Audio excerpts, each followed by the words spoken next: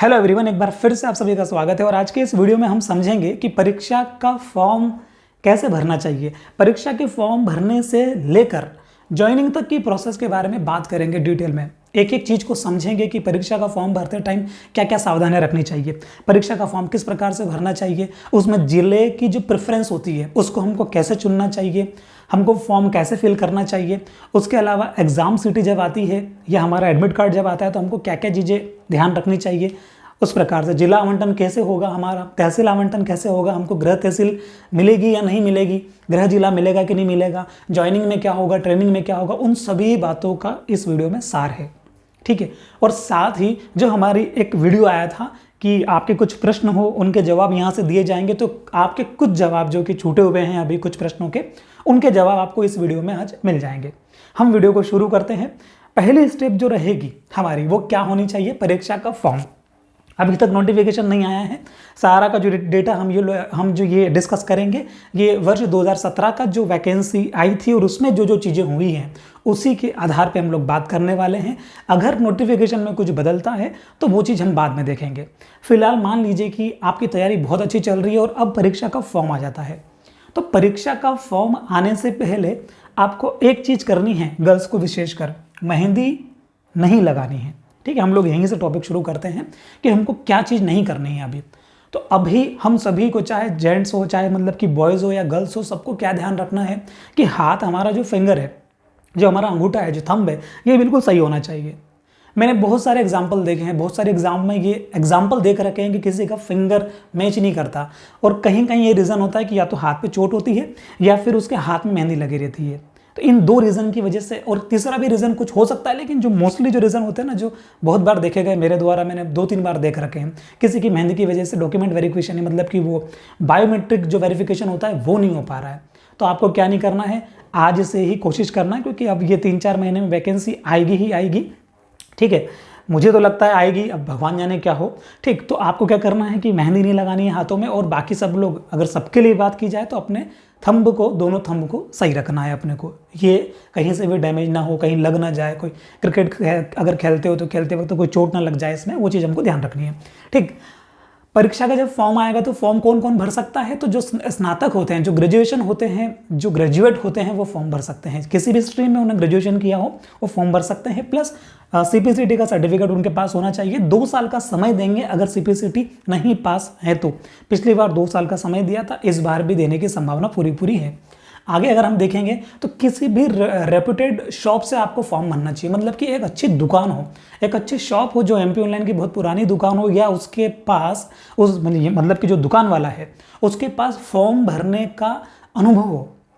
ऐसा नहीं कि हम किसी नए बंदे के पास चले गए, उससे फॉर्म फिल करवा लिया और फॉर्म फिल करने के बाद अगर फॉर्म में कुछ गड़बड़ हो गई तो फिर वो चीज़ हमको पूरी, जब तक ये डॉक्यूमेंट वेरिफिकेशन वगैरह नहीं हो जाता ना, तब तक हमको वो चीज़ जो है ना प्रॉब्लम देती है। तो हमको क्या करना है, किसी भी अच्छी शॉप से फॉर्म भरना है। ठीक, तो हम ये कर लेंगे। हमने ये समझा, हमने रेप्यूटेड शॉप से फॉर्म भरा। उसके बाद प्रेफरेंस के अनुसार जिला भरना।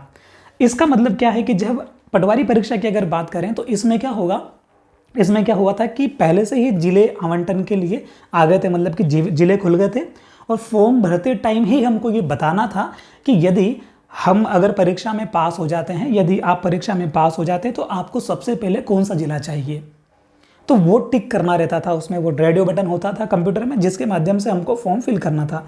मान लो हम, तो अब करना क्या चाहिए, आप जिस जिले से बिलोंग करते हैं, आपका जो गृह जिला है वो आपको सबसे पहले भरना चाहिए। आपने सबसे पहले आपका गृह जिला भरा, उसके बाद आपका जो भी होम डिस्ट्रिक्ट है उसके पास का जो जिला है आपके नज़दीक का, फिर सेकंड नंबर पे आप वो भर दीजिए, फिर तीसरे नंबर पे आपको थोड़ा और जो पास पड़ता है वो भर दीजिए। ऐसे करके आप पूरा सबसे पहले क्या कवर कर लेंगे, संभाग कवर कर लेंगे। मंदसौर का कोई व्यक्ति होगा तो पहले उसको मंदसौर भरना चाहिए, उसके बाद उसको नीमच भर सकता है, उसके बाद रतलाम भर सकता है, रतलाम के बाद वो उज्जैन भर सकता है, उसके बाद वो इंदौर, आगर मालवा। इस प्रकार से पहले क्या करेगा, पहले अपना संभाग कवर करेंगे हम लोग, उसके बाद हमारे संभाग से लग के जो संभाग है जो हमारे पास पड़ता है उसको कवर करेंगे। ऐसे करके हम लोग पूरा प्रदेश कवर करेंगे। तो जो 52 जिले जो रहेंगे इस बार, इन 52 जिलों की प्रेफरेंस इस प्रकार से होनी चाहिए। आप समझ गए, आपको ये चीज़ बहुत अच्छे से समझनी है। कभी ये गलती नहीं करनी है कि मान लो कि किसी जिले में बहुत ज़्यादा वैकेंसी है, ठीक, और हमारे ज़िले में वैकेंसी कम है उस ज़िले के कंपेयर में, और वो ज़िला हमसे 1000 किलोमीटर दूर है। फॉर एग्जांपल मंदसौर सिंगरौली की बात कर रहा हूँ, ठीक। तो अगर सिंगरौली, तो ऐसा नहीं कि आप सिंगरौली पहले ही भर दें और मंदसौर बाद में भर दें, ठीक। मेरे साथ एक लड़का था, मेरे साथ एक पटवारी थे जो रहने वाले सागर संभाग के थे। उनके मार्क्स आए 82 या 81 ऐसे करके कुछ मार्क्स आए थे उस वक्त, ठीक। और उनको अपना गृह जिला क्या कोई सा भी जिला मिल जाता पूरे एमपी में, इतने अच्छे नंबर लेके आए थे। लेकिन उनने प्रेफरेंस में रखा फर्स्ट नंबर पे सिंगरौली, तो उनको सिंगरौली मिला जो कि लगभग उनके घर से 600 किलोमीटर दूर था। बात समझे? तो प्रेफरेंस भरने का इतना इंपॉर्टेंट रोल है, यानी कि फॉर्म भरना भी एक तरह से एक प्रक्रिया है जिसको हमको बिल्कुल फोकस होकर अवेयर होकर भरना है। आप बात समझे होंगे, आपको कौन सा जिला भरना है जहाँ के आप हो, कितने पद खाली हैं, क्या है, कितने पद ज़्यादा हैं, कम है, कहाँ क्या है, वो मैटर नहीं करता है। आपको तो एक चीज़ याद रख, मेरा आपसे यही सजेशन है, अगर आप बाकी आप फाइनल डिसीजन आपका होगा कि आपको क्या करना चाहिए। पहले आप जिस जिले से हो वो जिला आपको भरना चाहिए, उसके बाद आपके नज़दीक का जिला, ऐसे करके आपको वो 52 जिले भरना है, ठीक।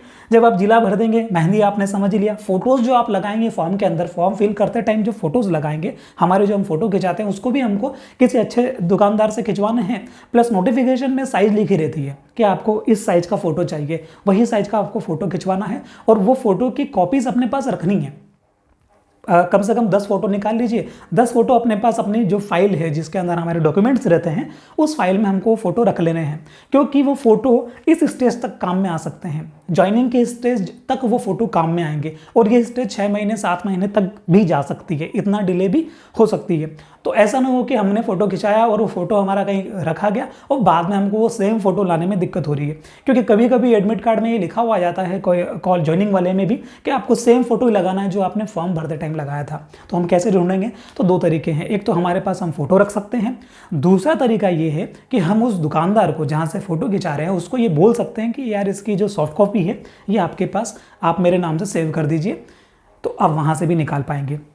बात क्लियर हो रही होगी। मेहंदी का आपने समझा ही होगा कि हमारा जो थंब है ये हमको लगाना पड़ता है आधार अथेंटिकेशन के लिए, वहाँ पे हमको थंब लगाना पड़ता है। एग्जाम में हर जगह थंब की जरूरत लगेगी आपको ये सभी प्रोसेस में, तो वहाँ पे ये बहुत इंपॉर्टेंट रोल प्ले करेगा। मेहंदी लगी हो, मान लो ज़्यादा मेहंदी लग गई, हाथ में लग गई, तो वो अपन क्यों प्रॉब्लम क्रिएट करें, क्योंकि वहाँ पे जब ऐसी प्रॉब्लम क्रिएट होती है ना तो हमारा माइंड एकदम डिस्टर्ब हो जाता है, एग्जाम से और सभी चीज़ों से हमारा फोकस हट जाता है, ठीक। तो इसलिए सावधानी के लिए हमको ये चीज़ करनी है।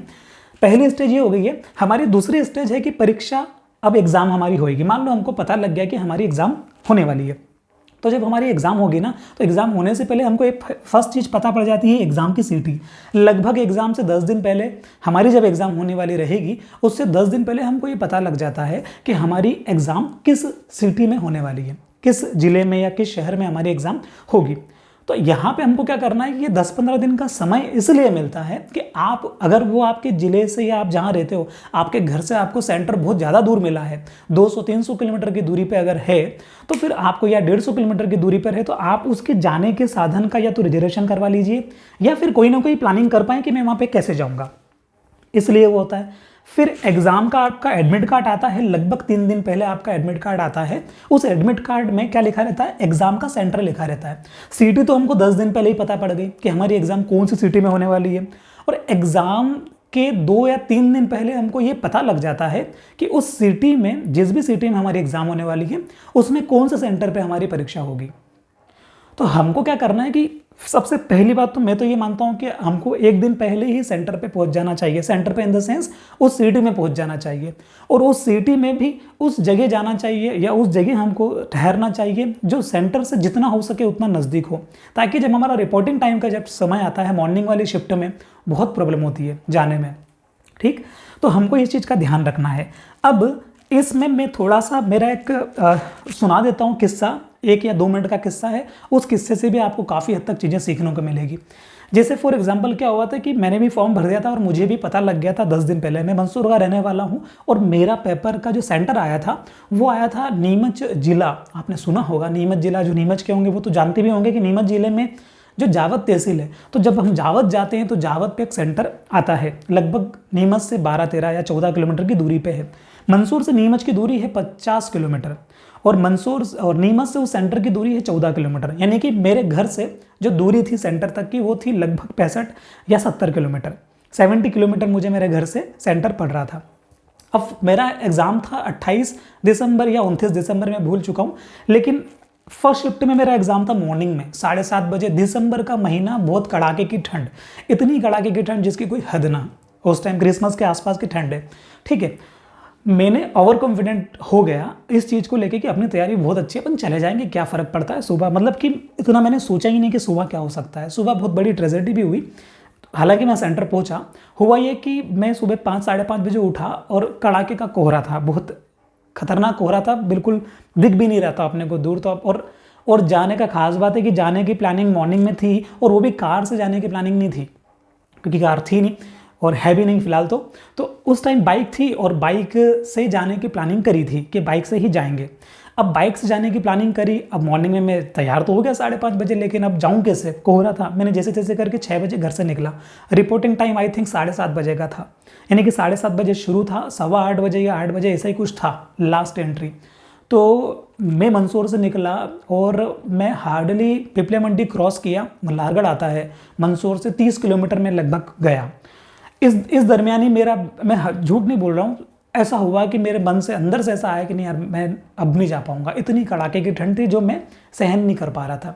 इतनी ठंड थी क्योंकि एक तो बाइक पे जाना, फिर मान लो अपन 40 की स्पीड से भी चलेंगे तो हवा लगती है, और फिर उस ठंड में मेरे हाथ पूरे पता ही नहीं लग रहा था कि हाथ है भी कि नहीं, इतना ज़्यादा ब्लड जम गया था। जबकि मैंने ग्लव्स पहन रखे थे, अंदर इनर पहन रखी थी, उसके ऊपर जैकेट पहन रखा था और हेलमेट पहन रखा था, सब कुछ था कवर अप, लेकिन फिर भी ठंड ज़्यादा थी। उससे क्या हुआ, मैं मल्हारगढ़ से पहले रुका, 10-15 मिनट रुका, और उसके बाद मैंने थोड़ा सा मतलब सोचा कि क्या किया जाए। फिर मैंने कहा चलो ऐसा मौका बार बार नहीं आएगा, ऐसे करके अपने आप को बैकअप करके, और फिर मैं पहुंचा सेंटर। जैसे तैसे करके मैं सेंटर पहुंच गया। शायद 8 में 5 या 10 मिनट की देर थी, तब मैं सेंटर पहुंच गया। वहाँ पे जैसे ही गया, पार्किंग करी गाड़ी को, और वहीं पे पास में कुछ विद्यार्थी थे जो कि अलाव लगा के ताप रहे थे, अपने हाथ को सिखा रहे थे। उनके पास जाके मैंने 2-3 मिनट वो किया। उसके बाद फिर मैं अंदर गया, उनसे मैंने पूछा कि आप क्यों नहीं चल रहे? बोले हमारी अगली शिफ्ट में एग्ज़ाम है। तब मुझे माइंड में लगा, मैंने कहा ये तो है, पहले से आके बैठ गए। मतलब सोचो कि जिस बंदे की एग्ज़ाम 10-11 बजे सेकंड शिफ्ट में होने वाली है दिन में, वो सुबह से ही वहाँ पे थे। तो ऐसे भी कुछ व्यक्ति होते हैं और ऐसे भी कुछ व्यक्ति होते हैं।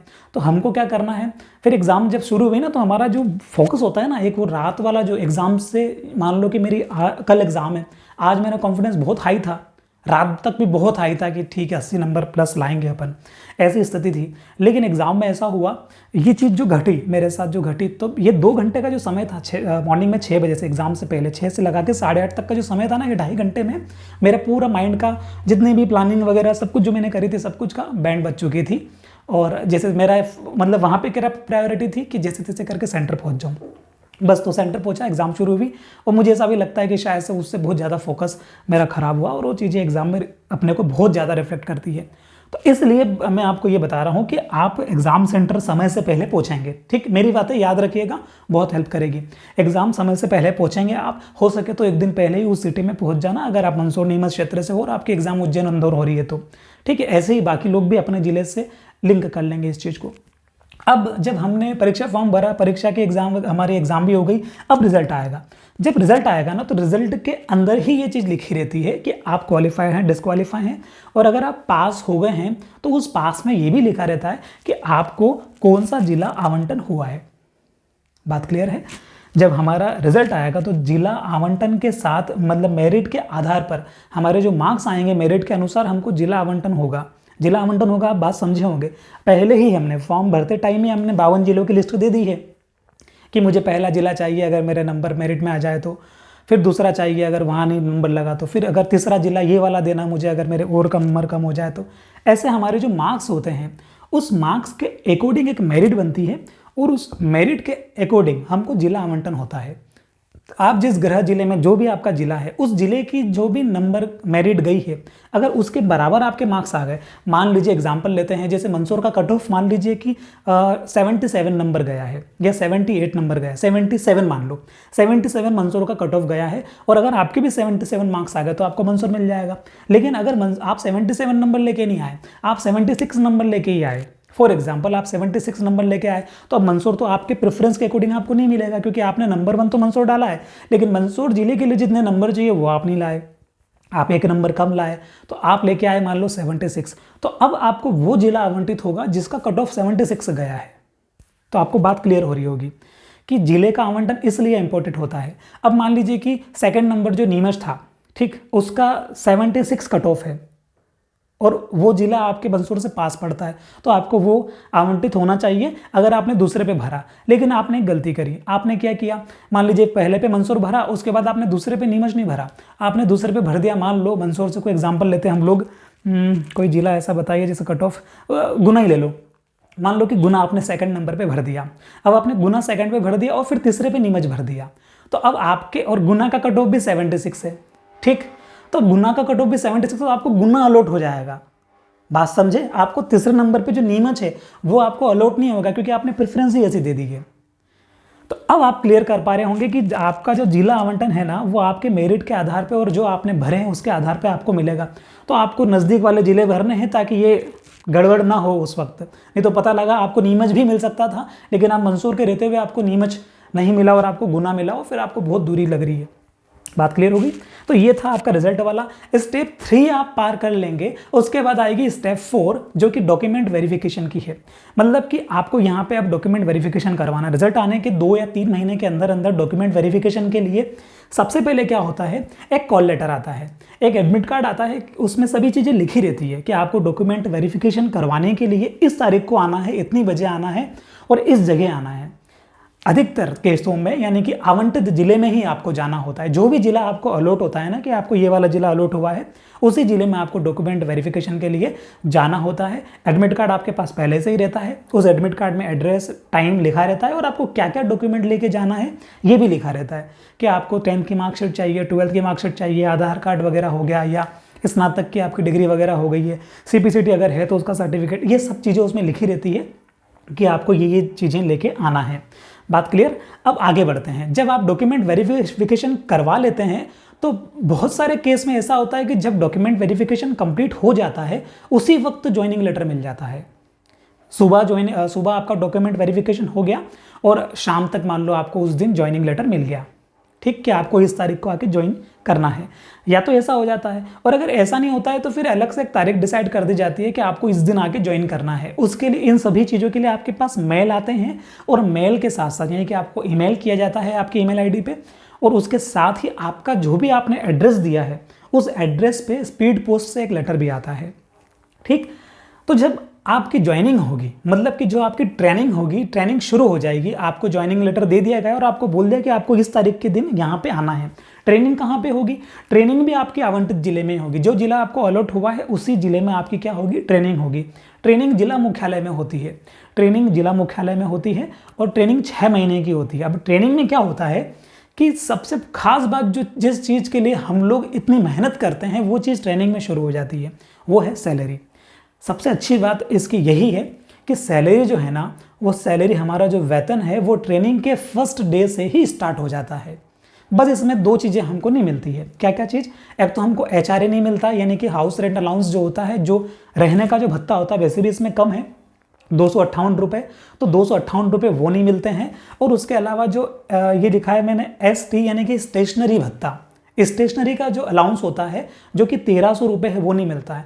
आपने सैलरी वाला वीडियो नहीं देखा हो तो आप वो जाके देखेंगे तो आपको ये चीज़ समझ में आ जाएगी और आप कैलकुलेट भी कर पाएंगे कि आपको क्या क्या चीज़ें, मतलब कि कितनी सैलरी आपको मिलेगी ट्रेनिंग में। आपको सिर्फ 2 सैलरी हटा देनी है, 2 भत्ते हटाना है, 258 रुपये आपको नहीं मिलेंगे, 1300 रुपये आपको नहीं मिलेंगे, उसके अलावा सब कुछ मिलेगा फर्स्ट डे ऑफ ट्रेनिंग से। तो ट्रेनिंग में आपको सैलरी शुरू हो जाएगी, ये बहुत अच्छी बात है। उसके अलावा ट्रेनिंग कितने दिन की रहेगी? ट्रेनिंग रहेगी 6 महीने की। 6 महीने की ट्रेनिंग होगी। इसमें क्या होगा, 4 महीने की जो ट्रेनिंग होगी वो होगी थ्योरी सब्जेक्ट की। लगभग 5 सब्जेक्ट होते हैं जिनमें थ्योरी रहती है। उस थ्योरी को हमको पढ़ना पड़ता है। बहुत अच्छे अच्छे प्रोफेसर भी आते हैं जो कि इसी फील्ड से जुड़े रहते हैं, यानी कि जो रिटायर्ड RI, रिटायर्ड तहसीलदार, रिटायर्ड नायब तहसीलदार, ये आके हमको पढ़ाते हैं। कितने महीने पढ़ाएंगे हमको? 4 महीने वो पढ़ाते हैं। ट्रेनिंग का बिल्कुल कॉलेज जैसा लगता है उसमें, मतलब कि एक तरह से क्लासेस ही चलती है, section A, section B, section C। Training में इस प्रकार से हमको पढ़ाते हैं। उसका टाइम रहता है 11 से 4 या 11 से 5 बजे तक का।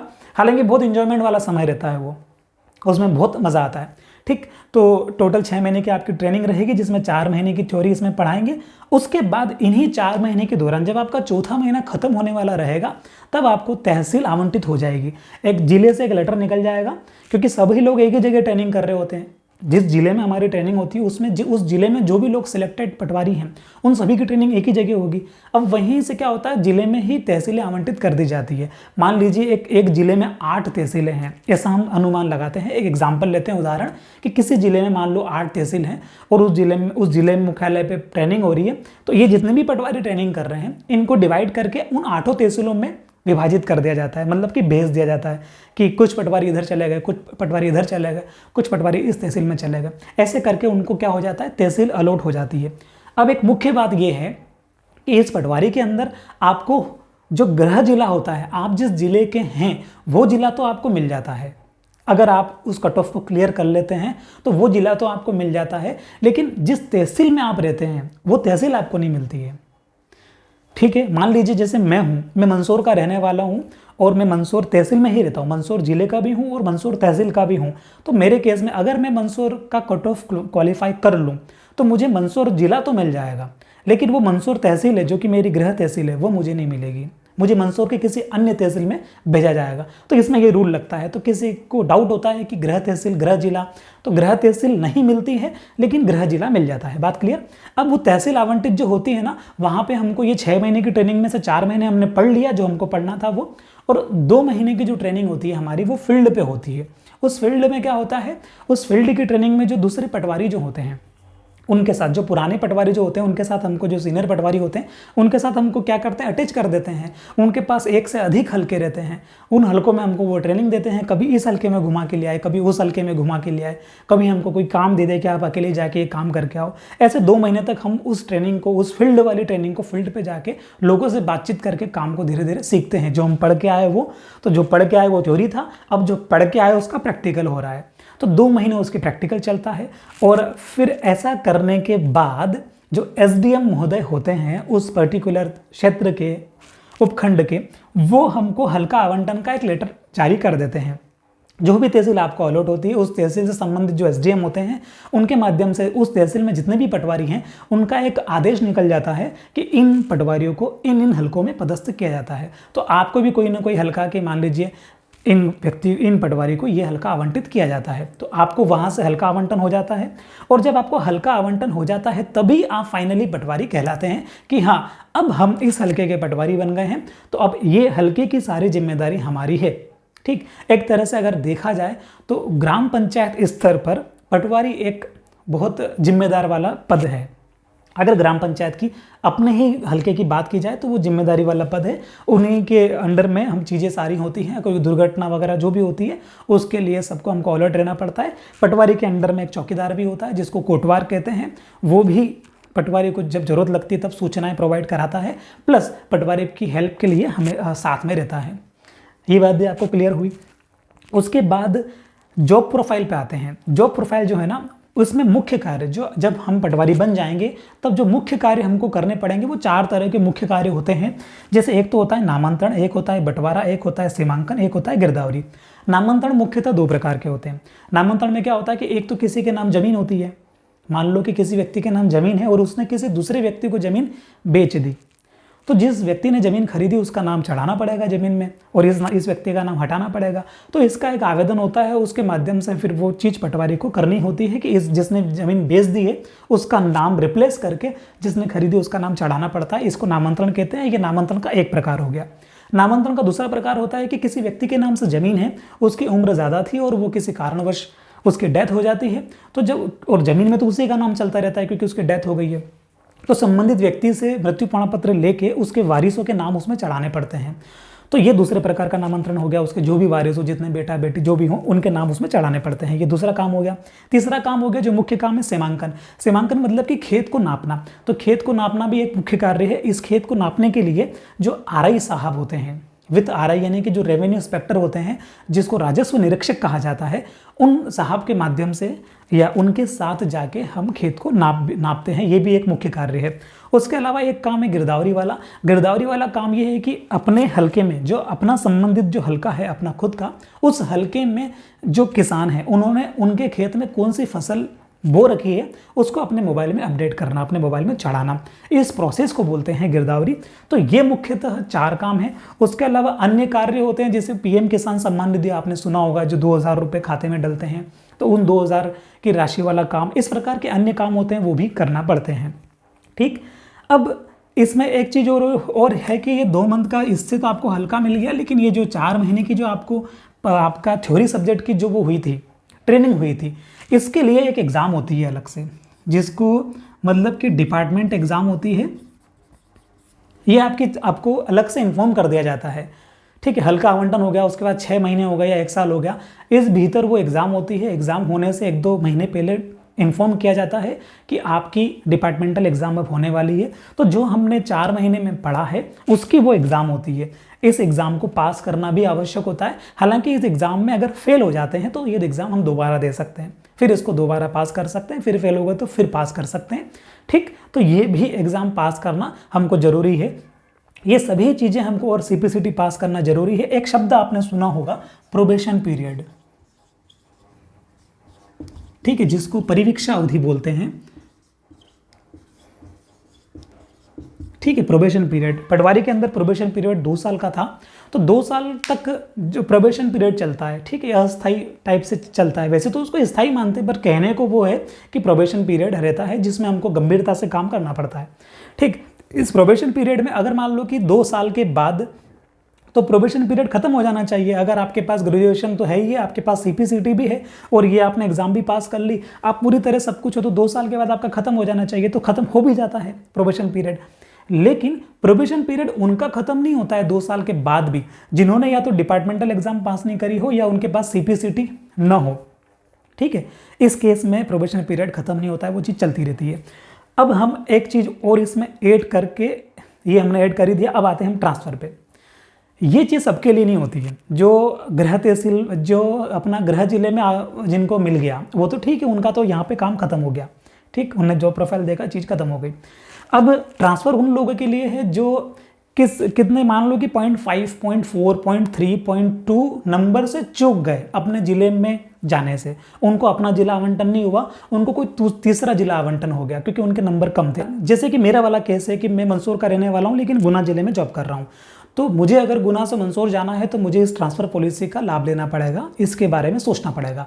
ट्रांसफ़र पॉलिसी जो है वो राज्य सरकार के द्वारा समय समय पर जारी की जाती है। राज्य सरकार एक ट्रांसफ़र पॉलिसी बनाती है, उसके माध्यम से हमको आवेदन करना होता है। अगर हम उस पॉलिसी में पात्र होते हैं तो हमारा उस ट्रांसफ़र हो जाता है और हम हमारे गृह जिले में जा सकते हैं। अगर ट्रांसफ़र नहीं करवाना है हमको, हम पहले से हमारे गृह जिले में हैं, तो ट्रांसफ़र की कोई आवश्यकता नहीं है। हाँ, हम तहसील चेंज करवाना चाहें तो भी हम, जब वो पॉलिसी आती है तब हम करवा सकते हैं। तो वैसे तो सामान्यतः साल में एक बार सबको मौका मिलता है ट्रांसफ़र कराने का, वो चाहे तो ट्रांसफ़र करा सकते हैं अगर वो उस नीति के अंदर वो पात्रता रखते हैं उस केस में। ठीक, अब बात आती है कि जॉब प्रोफाइल में गर्ल्स के लिए कैसी है या जो दिव्यांगजन होते हैं इनके लिए कैसी है। तो जो ये 2 जो है गर्ल्स, और अगर मान लो कोई व्यक्ति नहीं काम कर पा रहा है तो उस केस का, उसका भी समाधान होता है। वो व्यक्ति तहसील में अटैच हो सकता है, वो व्यक्ति जिले में अटैच हो सकता है। अटैच इन द सेंस कि उसको कोई हल्का ना आवंटन करके उसको तहसील में ही अटैच कर दिया जाता है कि आपको तहसील में इस कार्यालय में बैठ के ये वाला काम निपटाना है। जो बैठने वाला काम होता है, फाइल को लिखना वगैरह वगैरह, इस प्रकार के काम होते हैं, ये काम उनको दे दिए जाते हैं। उनका समय 11 से 5 होता है और एक तरह से काम चलता रहता है। तो कहने का मतलब ये है कि जॉब बहुत ही बढ़िया है। ठीक, और उसके अलावा ये है कि अगर कुछ प्रॉब्लम होती है हमको काम करने में तो उसका समाधान भी होता है, हम लोग अटैच हो सकते हैं। उम्मीद करूँगा आपको वीडियो पसंद आया होगा। अब मिलेंगे अगले वीडियो में, तब तक के लिए थैंक यू सो मच।